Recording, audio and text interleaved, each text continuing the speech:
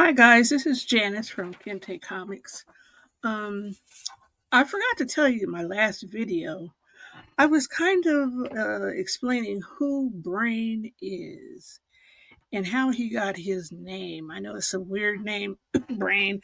It's almost like the brains in your head, but no, this is Brain means large in Swahili, and I just wanted to explain that to you first of all before I go into this character, because I'm going to be talking about some of my characters today. And I'm doing a Kickstarter for Brain. His comic book is available on Kickstarter now, in case you want to sign up. And it's going to be from the 10th of November until the 10th of December for 30 days. Anyway, Brain, I think I told you already, he started out as a homeless guy living under a bridge in Oakland, California.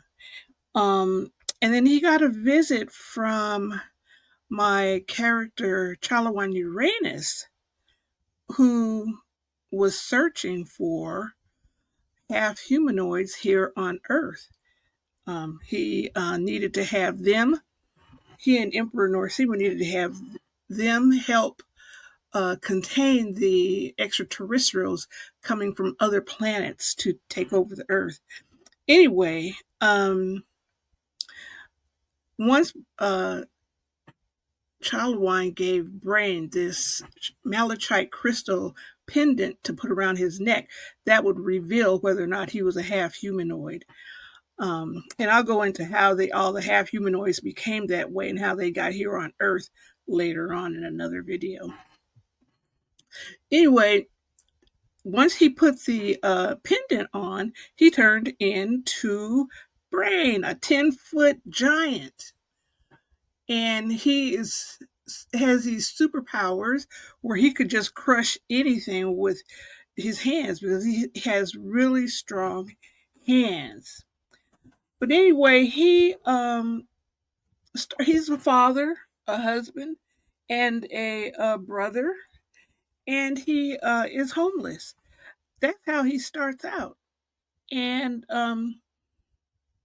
once he becomes a superhuman, a half humanoid brain, he's forced to choose between his duty to his neighborhood, his family, his neighborhood, where he grew up, um, and the Kofu peacekeepers, who are the people who are half humanoids that Chalawan found under the bridge too. This is the Kofu peacekeepers. That's what they look like. All these people in the back. Those people back there, those are the Kofu peacekeepers. That's Firebird, Chalawan, and that's Brain. But anyway, so he has to choose between the stars and the streets. The streets and the stars. That's the name of this story. And does he protect his wife, who has been mugged or carjacked?